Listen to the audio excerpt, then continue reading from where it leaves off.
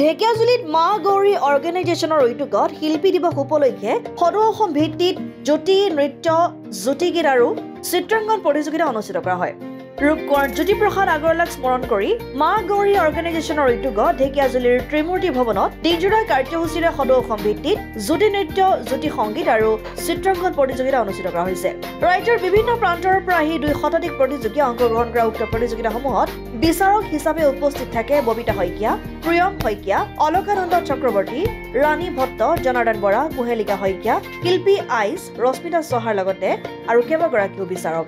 হয়, আমি মা গৌৰী অৰ্গেনাইজেশ্যনৰ পৰা প্ৰত্যেক বছৰে কম্পিটিশ্যন ৰাখোঁ, কিন্তু প্ৰত্যেক বছৰৰ কম্পিটিশ্যন আমি ধৰক মডাৰ্ণৰ ওপৰতে বেছ কৰি পেলাই ৰাখোঁ। ধৰক ফেশ্বন শ্ব' ৰাখোঁ, modern dance competition, modern song competition, art competition ৰাখোঁ। তো আমি ভাবিলোঁ মডাৰ্ণ ৰাখোঁতে বাচ্চাবিলাক মডাৰ্ণৰ ওপৰতে বেছি গুৰুত্ব দিয়ে। আমাৰ জ্যোতি নৃত্য, ৰাভা নৃত্য বা ভূপেন্দ্ৰ নৃত্যৰ ওপৰত গুৰুত্বটো একদম কমি আহি আছে।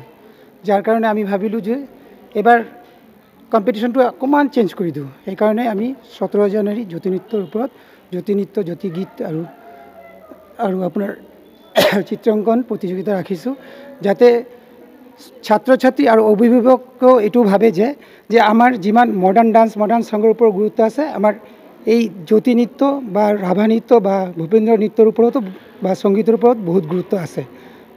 সেইটো আমাৰ উপলক্ষ। মা গৌৰী অৰ্গেনাইজেশ্যনে প্ৰত্যেক বছৰতে আমি আচলতে সংগীত বা নৃত্য এয়া কম্পিটিশ্যন ৰাখোঁ, কিন্তু এইবাৰ ভাবিছোঁ আমি অলপ বেলেগ কৰি ৰাখিম আৰু আমাৰ অসমৰ যিমানবিলাক মহান শিল্পী আছে সেইবিলাকক আমি স্মৰণ কৰিবলৈ পাহৰিয়ে গৈছোঁ। সেইকাৰণে ভাবিছোঁ এইবাৰ আমাৰ কম্পিটিশ্যনটো অলপ বেলেগ কৰি ৰাখিম। তো আৰু সকলোকে জনাই দিম যাতে জ্যোতিপ্ৰসাদ আগৰৱালা কোন হয় বা ভূপেন হাজৰিকা কোন হয়, ভূপেন হাজৰিকা। তো এইবিলাক আমি শিকাব বিচাৰিছোঁ। সেইকাৰণে আমি আমাৰ কম্পিটিশ্যনটো এইটো উদ্দেশ্যতে আমি ৰাখিছোঁ। ঢেকিয়াজুলিৰ পৰা প্ৰশান্ত বৈশ্যৰ ৰিপৰ্ট, অসম আদিত্য।